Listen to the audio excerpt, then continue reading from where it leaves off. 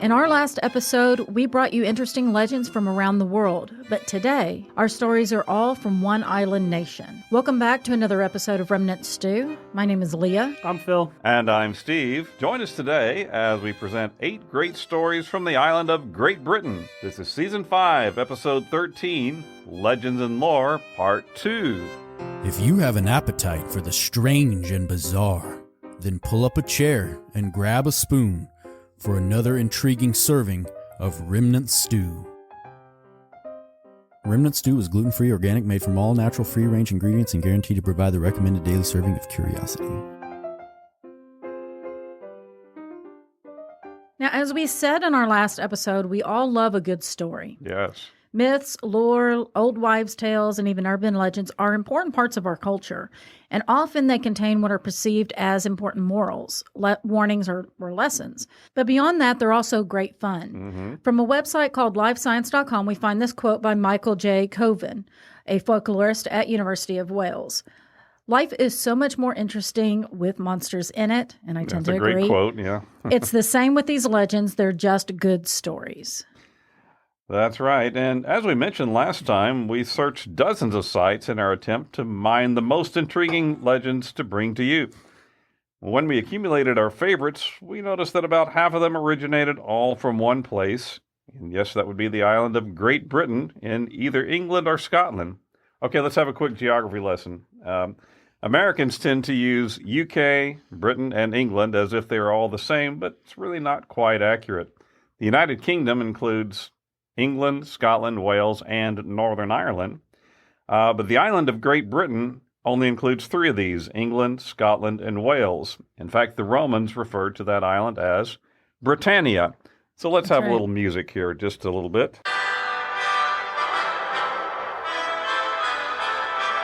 Yes.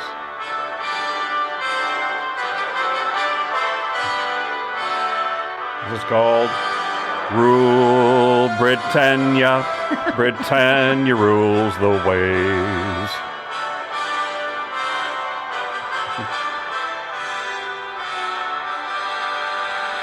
All right, that gets us in the British mood here. So it's appropriate to call a Scotsman or a Welshman British, but don't you dare call them English. They don't like that.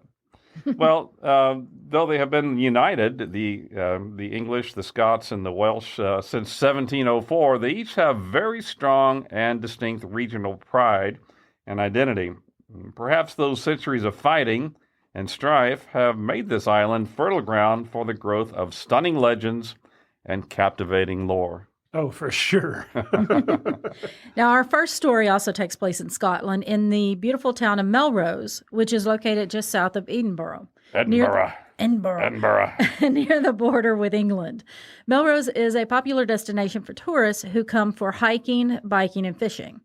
But the top 2 reasons tourists come is also because of the abandoned Melrose Abbey and, of course, the vampire that legend has it still roams the grounds of the Abbey at night. The Casket Girls got shipped Yes, there. yes. I'm all about vampires. Like, just bring it. Melrose Abbey was founded in 1136 AD by an order of Cistercian monks. For a couple of centuries, it thrived as a spiritual and agricultural community. However, in 1385, the abbey was ransacked by the invading English. It was rebuilt in the following century, but never fully regained its previous grandeur. According to travelthroughhistory.com, the lichen-covered ruins of Melrose Abbey were among the most beautiful to be found in Europe. But you don't really care about the ruins. You want to know, what about the vampire? Yeah, right? Where did it come from? Come on. Let's get to that. Back in the Abbey's heyday, there was a chaplain who was, quote, fond of all manners of sin and vice. He was the chaplain? Yeah. Of course. Wow. Really great man of the cloth. He was then nicknamed Hundepriest, meaning dog priest, supposedly because of his favorite sport of hunting on horseback, followed by a small pack of howling hounds. Oh. At least that's what they told him it meant. Yeah, dog priest. It's because you hunt with dogs. That's why we call him dog priest. Right. Yeah, that's it. Makes total sense. But historian John Lang writes, quote, other things he also loved that made not for sanctity, and when at last he died, his death was no more holy that his selfish, sensual life had been, unquote. Thus, Not- he was not really mourned by a whole lot of people. Yeah, this is not a great guy, I don't think. Wow. According to legend, when he died, he was punished for his sinful lifestyle. His soul could not find peace, and thus his ghastly form roamed the streets of Melrose at night in search of blood, which did not sit well with the locals. Yeah, I guess that would get on your nerves. You know, they probably have an HOA about that. Some even claimed that the dead chaplain would come out of his grave at night in the form of a bat and terrorize local population. At least it's not a zombie. Yeah. The local monks decided to help out by spying on his grave overnight, and sure enough, one night they saw him in the guise of a vampire and appeared to levitate out of the deep grave, Wow. pushing aside the gravestone.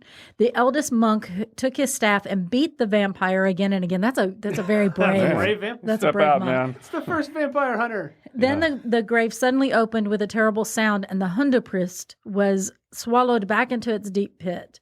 After the grave had opened and enveloped the priest in the warm earth, it had returned to normal as if nothing had ever happened. Wow, Yep, that's nothing to a see good here. trick, yeah. The elder monk knew then that he was dealing with a true vampire. Well, he was quick to snap onto that. Right? Just swallowed him up. He directed that at dawn the monks should open the grave and take out the casket. At least he waited till dawn. Yeah. You know? Right? Yeah, You don't can do wait this till at the night. sunrise. Yeah, don't do it at dark. Don't. At the first light of dawn, the digging began, and sure enough, when the casket was opened, the Hundeprest lay grinning from ear to ear, the blood of its victims still on his lips. Ooh. Of course, why not? Then the elder monk ordered his companions to remove the body and place it on the ground, then to burn it and scatter the ashes in the gusty winds. And that was that. No more vampire. Or was it? Dun, dun, dun. Today, the townspeople of Melrose claim that on certain nights they can still hear a muted scream emanating from the ruins of the old abbey. Is that him getting beaten or? I don't know, but vampire lore is very interesting. It was taken very seriously in some parts of the world. In the Middle Ages, especially. Absolutely. Well, now, any student of history can tell you that the map of Europe has been in constant flux for the past 2,500 years. Originally, the continent was made of small settlements that grew into city-states, which were cities and the immediate areas around them. In time, these city-states began fighting with one another. One would conquer its neighbor, and then it would be conquered by another neighbor. These growing areas became kingdoms and then empires. War upon war continually changed the borders, and unfortunately, this is still occurring. As in February of 2022, Ukraine was invaded by Russia, and that struggle still continues. But back in the year 886 AD, a fellow named Alfred was the king of an area of Great Britain called Saxony. I like the name Alfred because my brother-in-law, one of my favorite people on this earth, one of our traveling companions, is named Alfred. But then those dreaded Vikings from Denmark showed up and chased him off his throne and out of his kingdom. So Alfred. they sacked Saxony. Yeah, exactly. Alfred and his wife and a servant took refuge in a modest cabin on a small island. One day, when most of the island's inhabitants were out fishing, a beggar came to King Alfred's door asking for food. The king called the servant and asked, "How much food do we have in the house?" "My lord," said the servant, "we have only one loaf and a little wine." Then the king gave thanks to God and said, "Give half of the loaf and half of the wine to this poor man." The servant did as he was told. The beggar thanked the king for his kindness, and he went on his way. When the rest of the island's inhabitants came back from fishing, they marveled at the astonishingly large catch they had made. They shared the bounty with King Alfred and his wife and servant. When night came, the king lay awake for a long time, and he thought about the things that had happened that day. At last, he thought that he saw a great light like the sun, and in the midst of the light there stood an old man with black hair, holding an open book in his hand. It may have all been a dream, yet to the king it seemed very real indeed. He looked, and he wondered, but he was not afraid. "Who are you?" he asked the old man. "Alfred, my son, be brave," said the man, "for I am the one whom you gave this day the half of all the food that you had. Be strong and joyful of heart, and listen to what I say. Rise up early in the morning and blow your horn 3 times, so loudly that the Danes may hear it. By 9 o'clock, 500 men will be around you, ready to be led into battle. Go forth bravely, and within 7 days your enemies will be beaten, and you shall go back to your kingdom to reign in peace. Well, that was a pretty good vision, wasn't it? Right, that'll go well. So in the morning, the king arose early, and he crossed over the river into the mainland. And then he blew his horn 3 times very loudly, and when his friends heard it, they were glad. But the Danes were filled with fear. At 9 o'clock, 500 of his bravest soldiers stood around him ready for battle. He spoke and told them what he had seen and heard in his dream. When he had finished, they all cheered loudly and said that they would follow him and fight for him so long as they had strength. So they went out and bravely to battle, and they beat the Danes and drove them back. In fact, not only drove them out of Saxony, but also out of the neighboring region called Anglia. Thus, in 886 A.D., Alfred became king of the Anglos and the Saxons, and he took on the new title, King Alfred the Great. Isn't that a nice story? Yeah. I like All that right. story. And I mean, absolutely no disrespect, but I'm totally picturing that through Monty Python. It's For sure. Here's your coconut. Hey, you. Yes, you there listening to this podcast. Have we told you lately just how much we appreciate you? Well, we do. So much. And so can we ask for a favor? It's an easy favor. If you would, please take just a couple of minutes to give us a review on whatever app you're listening on. It may not seem like a lot, but it really does make a difference. Yeah, it's all about algorithms, altruisms, Pythagorean theorems, all that techie stuff, which boils down to the fact that it helps other listeners and sponsors find us. So if you enjoy Remnant Stew, it would mean a lot if you took the time to give us a review. Thanks so much. Yeah, thanks. Right. Durham is a fascinating medieval city on England's northeast coast. Though it boasts a fine university and an interesting bridge over the River Wear, it's best known for its ancient cathedral. Yeah, I've seen this cathedral. It is cool looking. The Durham Cathedral opened in 1133 as a Catholic church, but was converted to an Anglican church after Henry VIII confiscated all Catholic properties in England. We know Yeah, all okay. about that. Yep, that goes well. The church is recognizable to Harry Potter fans, as the first 2 movies in the series were filmed there. And I just have to say, like, I'm always struck by how old some of the things are in other parts of the country, whereas here, Other parts of the old is world, like yeah. 100 years old. Yeah. Oh, Yeah. You know? yeah, everywhere else but here. That's right. But there's a unique feature of this ancient cathedral. It's knocker.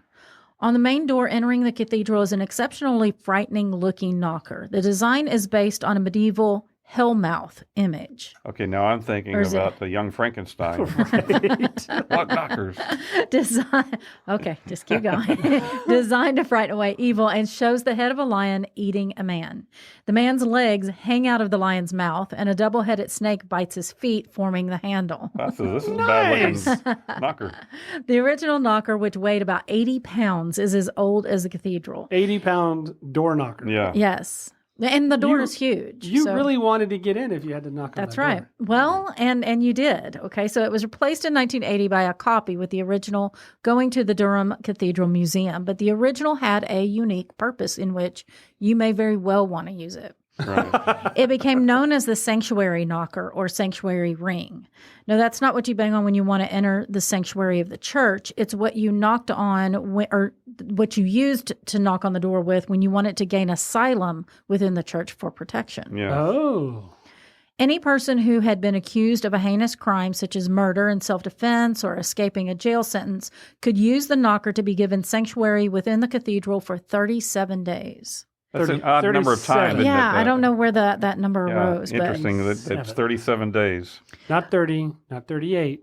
37. And it was 37. exactly 37 because you had to, well, a we'll countdown talk about it. clock. So according to the cathedral's website, durhamcathedral.co.uk, when a fugitive claimed sanctuary at Durham, they would be given a black gown with a yellow rose. I'm sorry. I don't know why I'm thinking yellow rose, like yellow rose of It's not Texas. Texas. A black gown with a yellow cross There you go. on the shoulder, marking them as under the protection of the church and Saint Cuthbert. Do you think that's how it's pronounced? Cuthbert? Cuthbert, yeah. Cuthbert. Cuthbert. Well, once inside, asylum seekers were used to time their reconcile, prove their innocence, or plan their escape.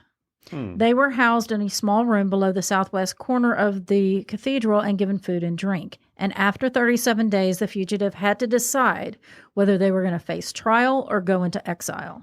If they chose exile, they had to promise to leave England and to never return again. So you You're running from this crime you've committed, and so if you make it to the church and you gain asylum, then you can choose to leave England forever, never come back, Or face trial. or face trial. But you had to lift the 80-pound knocker. Yeah, Yeah. that's right. You had to be able Right. to knock it. So the right of the sanctuary was abolished, though, by an act of parliament in the early 1600s. So the practice of banging the knocker for respite went by the wayside. Mm-hmm. Nevertheless, the Durham sanctuary ring is a unique survivor among English door rings of this time and is a reminder of a time when fugitives could receive a 30-day respite from justice. Information from the section came from the Durham Cathedral website mentioned above and also Atlas Obscura. But I wonder if they chose exile, if the powers that be, if they let them exile, or if they lay in wait To get him anyway? I to would get them as imagine soon as they sometimes- left. Yeah, I think that what I read is if they made it to the port and got on the ship, then Yeah, they could get out. If they But, could do that. yeah. Good luck. And, Run! And so Yeah. you probably didn't wait until day 37 to, Right. to plan No. your escape. Get on out earlier. Plus, during the time, England, I wonder if it's talking about just England, the physical island of England, or any English possession, because that they had most of the world at that time. Right? Right, That was that's they were right. So everywhere. you had to go somewhere that wasn't English, perhaps.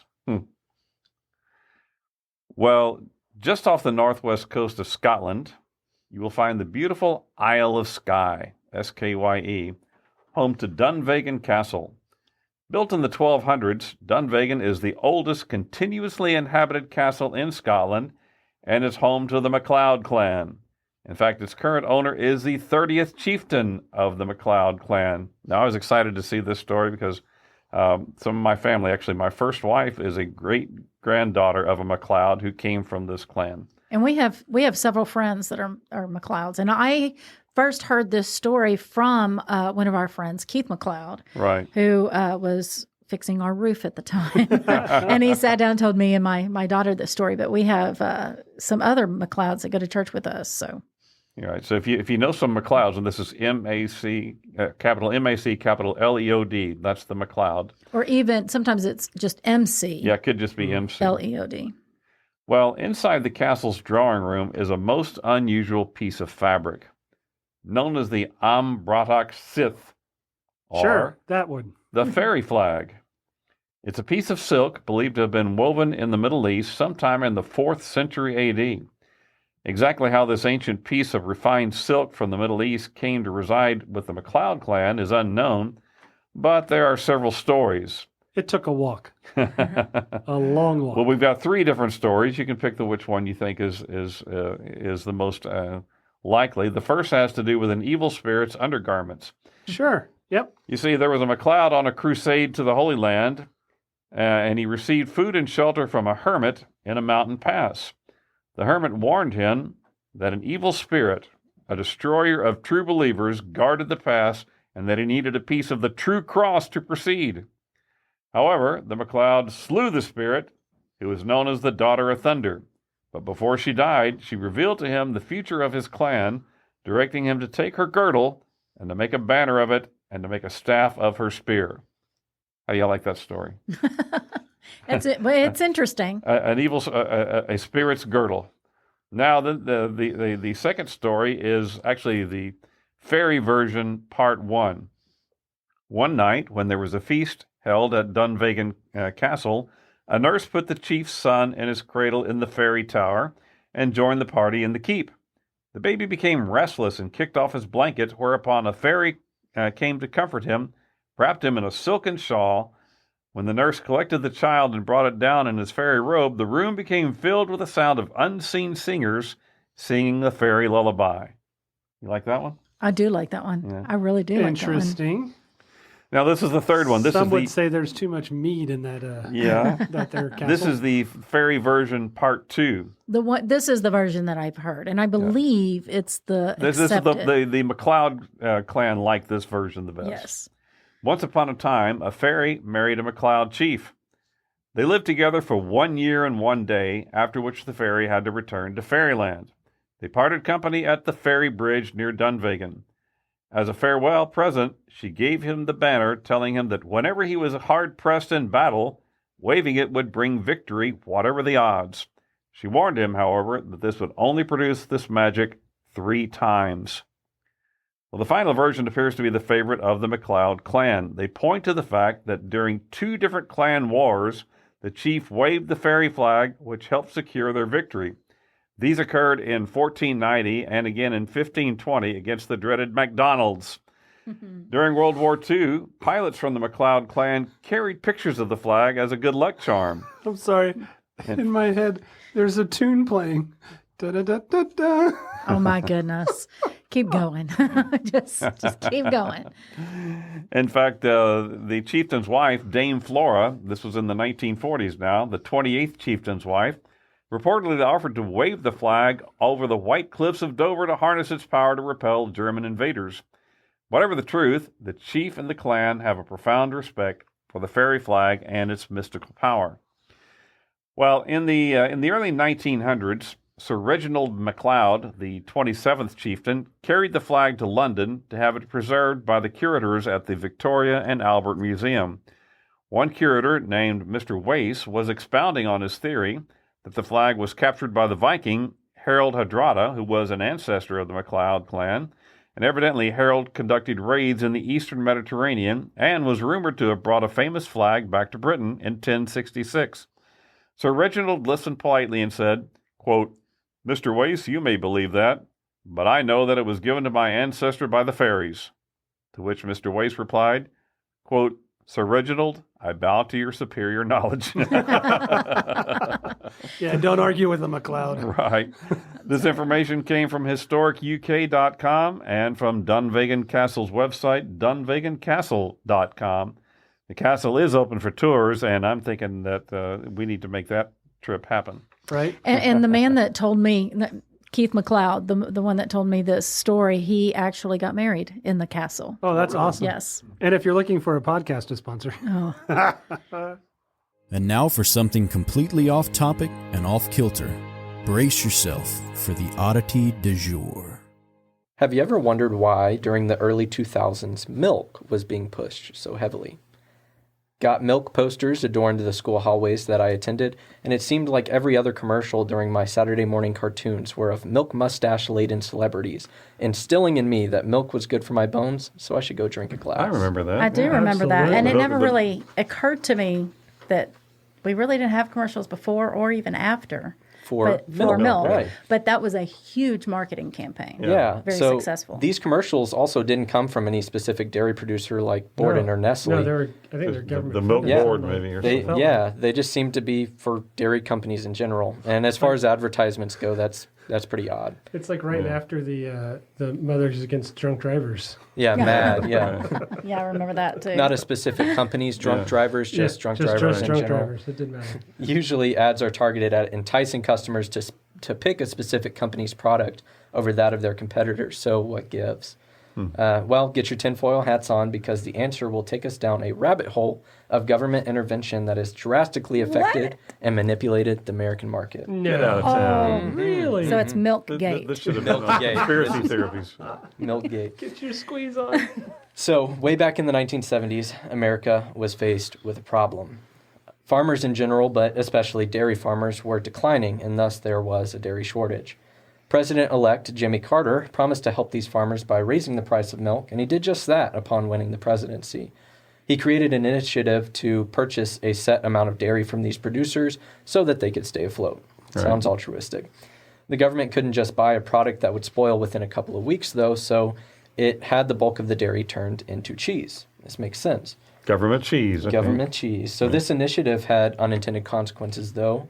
It's a lot of cheese. Yeah, as instead of just keeping existing farmers afloat, new dairy farms started popping up left and right, hoping to cash in on some of that on that cheese. Get on the cheese government dole. cheddar. Yeah. Okay, and I just need to interject in here. I grew up on government cheese. Yeah. My mom was a single mom with 3 jobs, and we got food stamps and we got government cheese, and it was delicious. Yeah. And Cheese. powdered milk. Yeah. Yep. That Yeah. was disgusting. Joe and I, my little brother, we used to take. We found some powdered milk, and we would mix it with milk, so we'd get more milk per milk. You know? Anyway, Okay. the government couldn't turn around and just resell this dairy, since that would drown the market and plummet the price of dairy, creating the same problem it hoped to fix. So now the government had a copious amount of dairy at their disposal with no easy way of offloading it into the market. So here's where it gets even weirder. In order to store the increasingly abundant amount of cheese, the government purchased a cave system in Missouri and began packing it with literally millions of pounds of that cheese. I've never heard that. Yeah, cheese caves in Missouri. So Ronald Reagan came along and he attempted to fix this problem during his presidency by distributing this cheese in food assistance programs, primarily to the elderly. But the problem just kept getting bigger. Yeah, you keep buying milk, and you got to make more cheese. Right. So farmers were still producing way more cheese than the government could distribute. So in the 90s, they created the National Dairy Promotion Board, a semi-public marketing branch.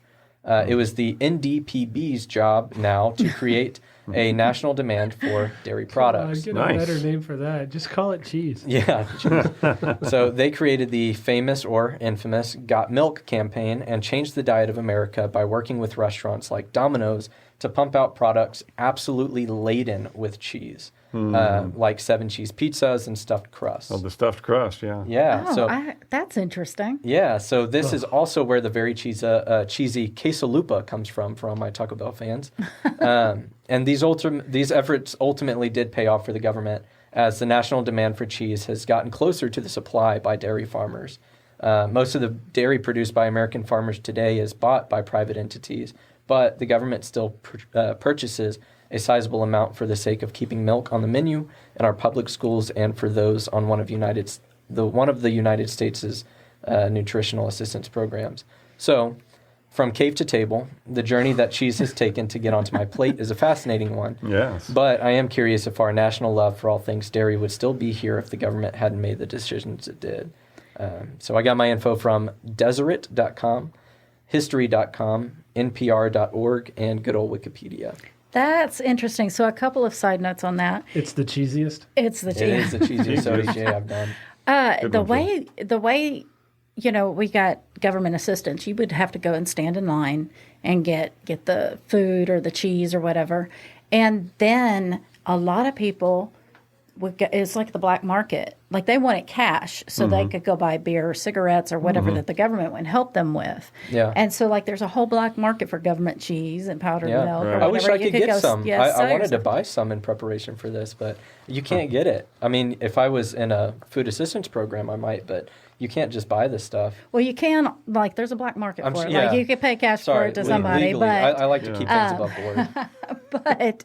And I don't know that it's illegal specifically. Somebody has something you want to pay cash. But another thing is that marketing campaign is taught to people that are in graphic design for the logo, because it's a very simple, very simplistic logo, but very recognizable.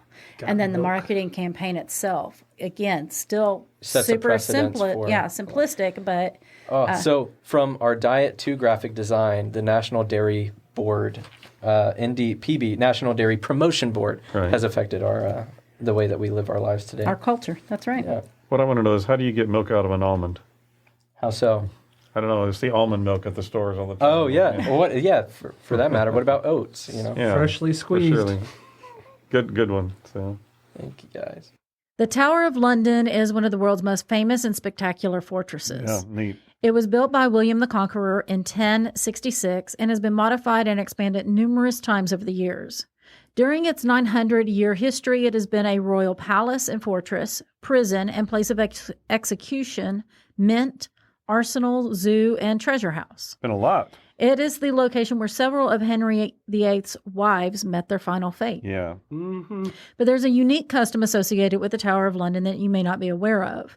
Stories of the executed and imprisoned are certainly interesting, but visitors also enjoy finding out about the ravens, who have lived there for many centuries and have now become an established part of the history of this iconic London building. Nevermore. The raven. I had not heard this story before. Evidently, back in the 1660s, the royal astronomer named John Flamstead, okay, complained to King Charles II that the presence of ravens made it difficult for him to complete his work at the Royal Observatory, located within the Tower of London.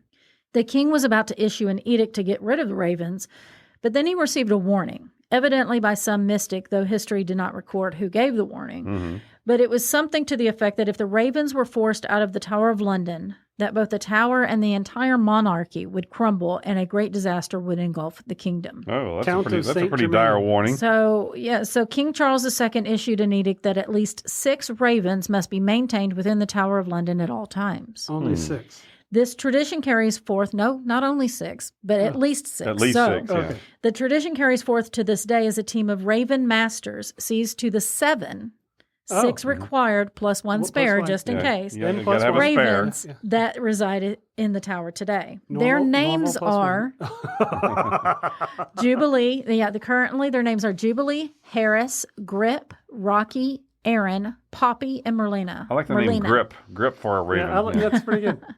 One of their wings is clipped to prevent them from flying away.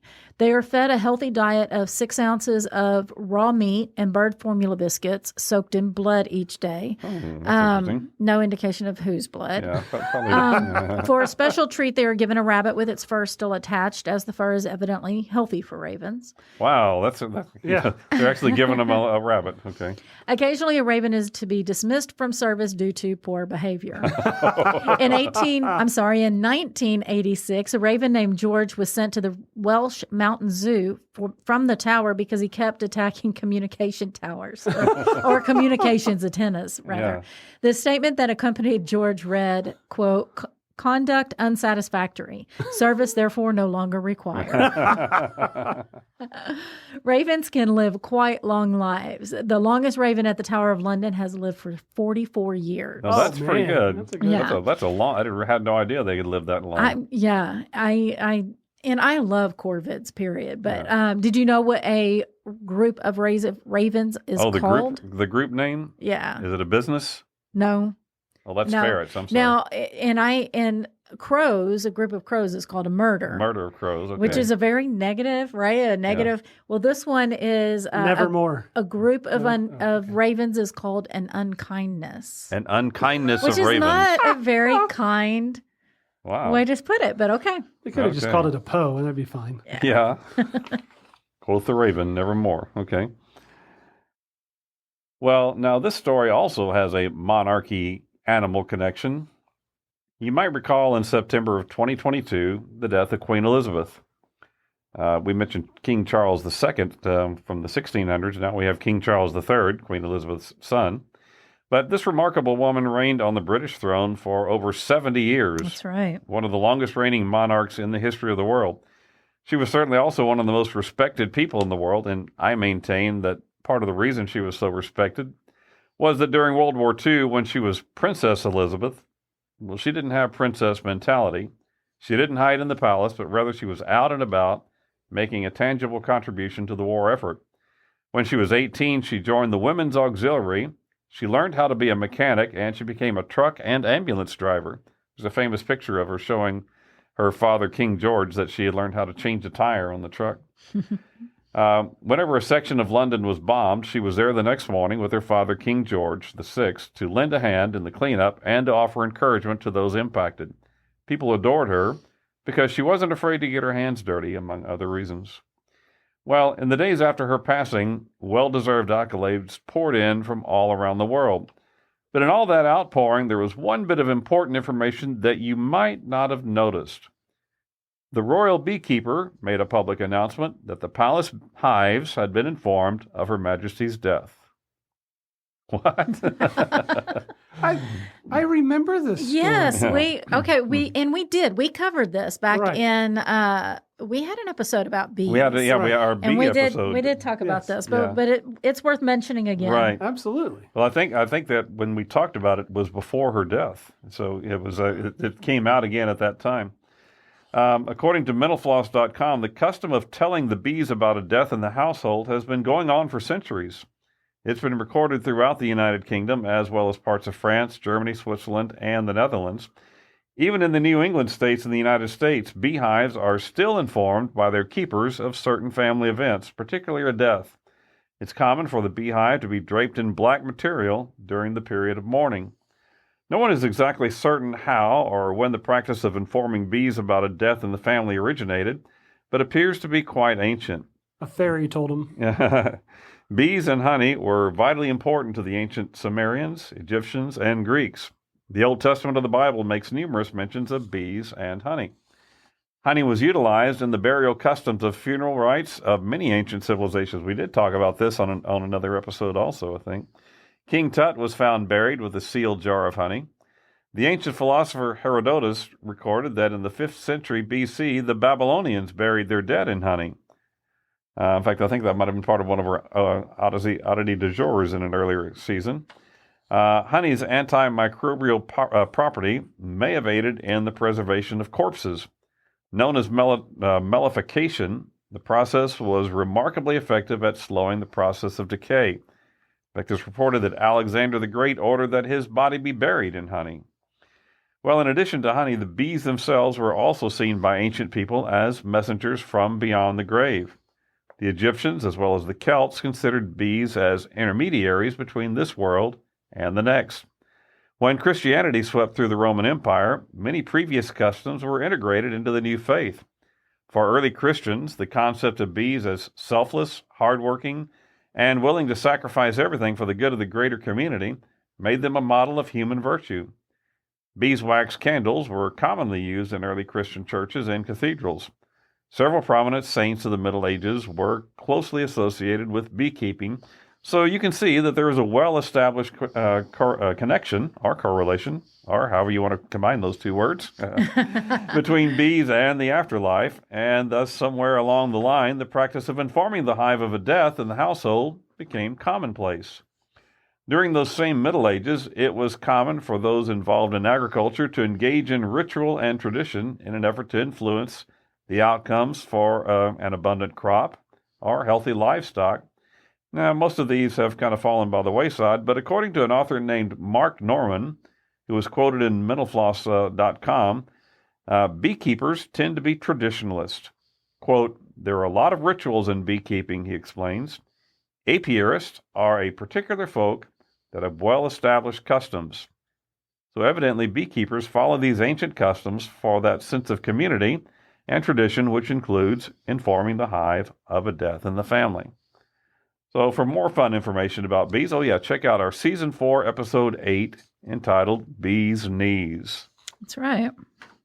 We have been doing Remnant Stew podcasts for several years now, and we love our listeners. And it's our passion to share crazy and bizarre stories with you. Our continuing goal, however, is to increase our listenership and share our stories with an even larger number of people. That's right, but growing a podcast audience takes a lot of time and energy. That's where you can help us out. Studies have shown that overwhelmingly, word of mouth is the best promotion tool for the growth of a podcast. That's right. So we're asking you to please share Remnant Stew with your friends. Pick out a favorite episode and pass it along. Right. We would really appreciate it. And thanks so much already for the support that you've given us. We love you guys. We really do. Very much so. You've probably seen pictures of European palaces and castles with immaculately groomed lawns and artistically sculptured gardens. Yeah. It looks just like my backyard. No, I'm teasing. This was the common practice from the 1500s through the 1600s, but in the early 1700s, a different style emerged. According to Smithsonian.org, there was a shift from perfectly pruned, geometrically aligned gardens to wild, untamed ones in which, quote, the irregularities and asymmetry of nature were charmingly inspirational. Oh, unquote. Okay. So don't Let forget it all that grow. manicuring. Let's Let just it let it go grow. wild.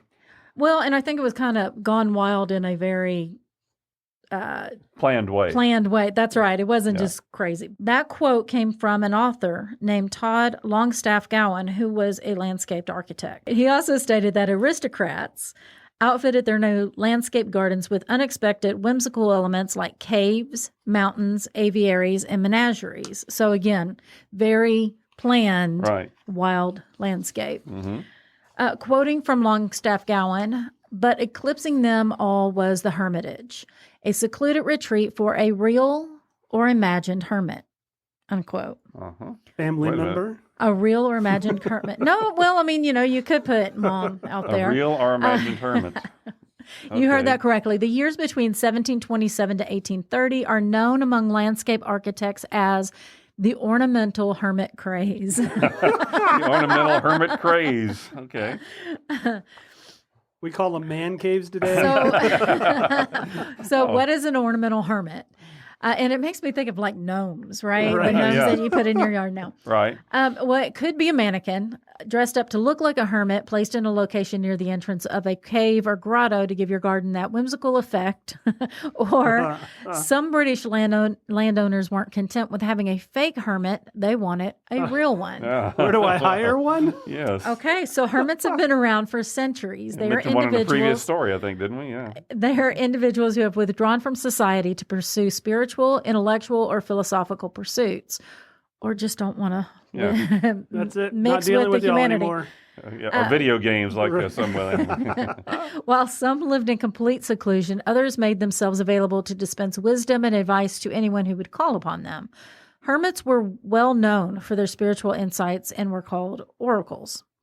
So why would an Englishman want a hermit living in his garden? Well, to make it more authentic, of course. Right. Quote, nothing, it was felt, could gain such delight to the eye as the spectacle of an aged person with a long gray beard and goatish rough robe, doddering about amongst the discomforts and pleasures of nature, wrote British poet Edith Sitwell.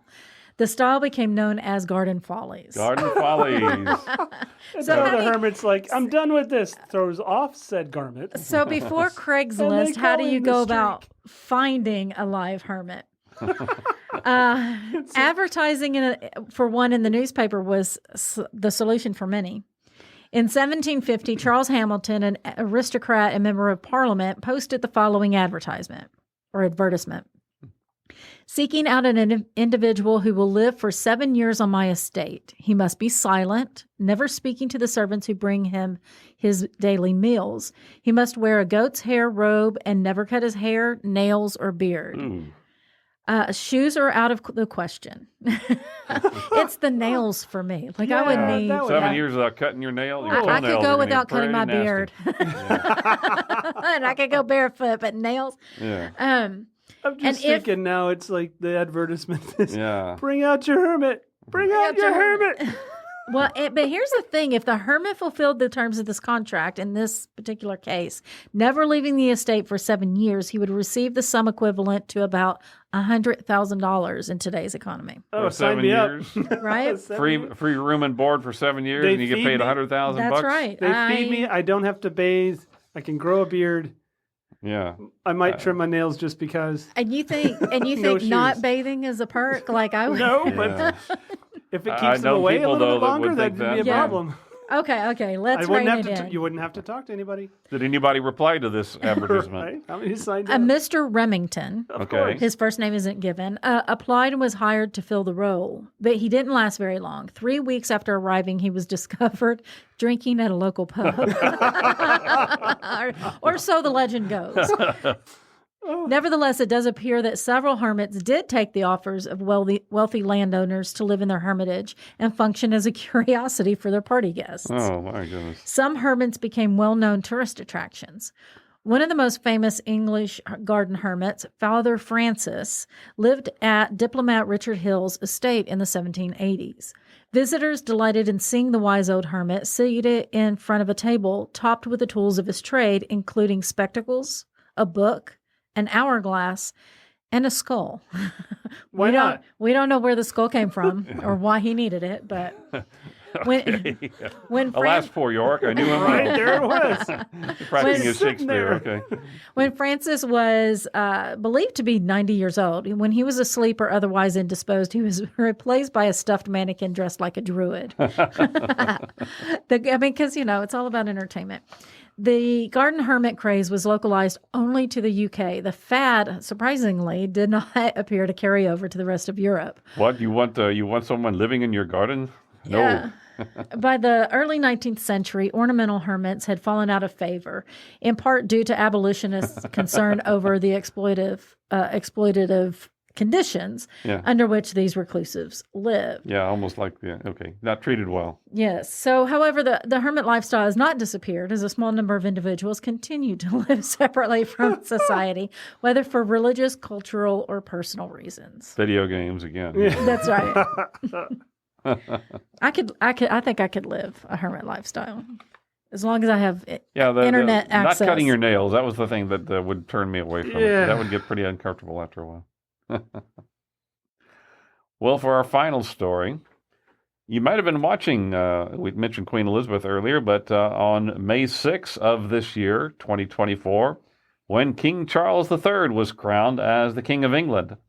The coronation ceremony took place in Westminster Abbey. During the ceremony, King Charles sat in the ancient King Edward's chair, which contains a 335-pound boulder called the Stone of Destiny, also known as the Stone of Scone. The Stone of Scone. I knew about this. The origins of this treasured stone are murky, but what is known is that it was part of the coronation ceremony of Scottish kings until the year 1296, when it was stolen by the English. All this kind of back and forth. A lot of skirmishes. It has since been part of British coronations. However, legend has it that the stone actually came from Palestine and was used by the Old Testament prophet Jacob as a pillow. From that Old Testament story. That's the story, yeah. Well, a group of killjoy scientists cast doubt on that theory by saying the sandstone rock most likely originated in Scotland, not in the Middle East. But nevertheless, it's still among the most prized treasures of this nation. Okay, one of my favorite movies was the 2010 film, The King's Speech. Yep, that was a good really terrific movie.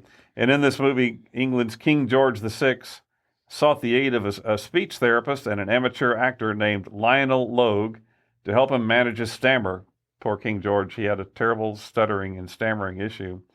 One of our favorite scenes is when Logue is helping the king to prepare for his coronation speech. The king is struggling with his stammer until he turns and sees Logue sitting on the stone in King Edward's chair. King George flies into a profanity-laced rage, telling Logue that he had no right to sit there. And Logue points out that the king did not stammer one bit during his rage. That's such a great movie. Exactly how long the Stone of Destiny has been in use is unknown, but the Scottish claim that their kings were crowned on it as far back as the 9th century. It's been part of every British coronation since the late 1300s. As mentioned earlier, the stone is also known as the Stone of Scone. Scone Castle, some 33 miles north of Edinburgh, I love saying Edinburgh, was the location where Scottish kings were coronated before Scotland was defeated by England. In fact, many believe that the stone was actually cut from the sandstone hills of that region. I wonder if the Scone Castle is where we get scones from also. That's a good thought. That I don't know. Too. But... I was like, I don't think you'd take a bite out of this guy. But I'm hungry. Maybe it was developed there. We have to do that further research. Time to eat. Well, anyway, from 1296 until 1996, a full 700 years, the stone was kept at Westminster Abbey, except for a brief period in the early 1950s when 4 Scottish youths slipped into the Abbey one night, dragged it across the floor, and drove off with it. Now, wait a minute. How? 335 pounds. They had to drag it, yeah. Had 4 of them. They were hefty youths, but still. Yeah. A few days later, it turned up at Arbroath Abbey in Scotland. Fortunately, though, it was returned in time for Queen Elizabeth's coronation in 1953. Well, in 1996, on the 700th anniversary of England stealing it, they said, okay, we'll give it back to you now for a while. So it was returned to Scotland, and today it resides in Edinburgh Castle, but it is transported to London for the occasion of a coronation. So it gets shipped off to Westminster Abbey when there's going to be a new monarch coronated, but after that, it goes back to Edinburgh. That's interesting. It's a traveling boulder. It's a traveling stone. Phil here reminding you to check out our Facebook and Instagram pages at Remnant Stew Podcast. Drop us an email at staycurious@remnantstew.com just to say hi or to let us know about any topics you would like to hear us to cover in an upcoming episode. Remnant Stew is a part of Rook and Raven Ventures and is created by me, Leah Lamp. Steve Meeker researches and writes each episode that we then host together. Our audio producer is Philip Sinkfeld. The Oddity du Jour is brought to you by Sam Lamp. Theme music is by Kevin MacLeod with voiceover by Morgan Hughes. Special thanks goes out to Judy Meeker. For a complete list of sources for this episode, please see this episode's transcript, and there's a link in the show notes. Well, now before you go, please hit the follow button so you won't miss an episode. Head on over to Apple Music and leave us a review. We love reading those reviews. Share Remnant Stew with your friends, your family, King Alfred, the MacLeod clan, and one of those Raven Masters at the Tower of London if you run into them. Until next time, remember to choose to be kind and always stay curious.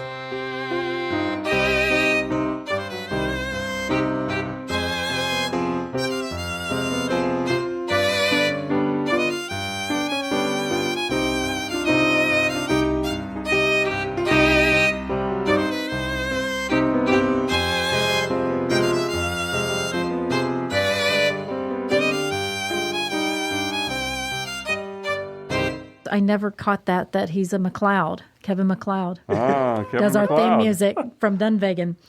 He also stated that aristocrats. Meow. Yeah, Well, we watched that movie the other day. it's stuck in your head now. And everybody else who's listening to this podcast.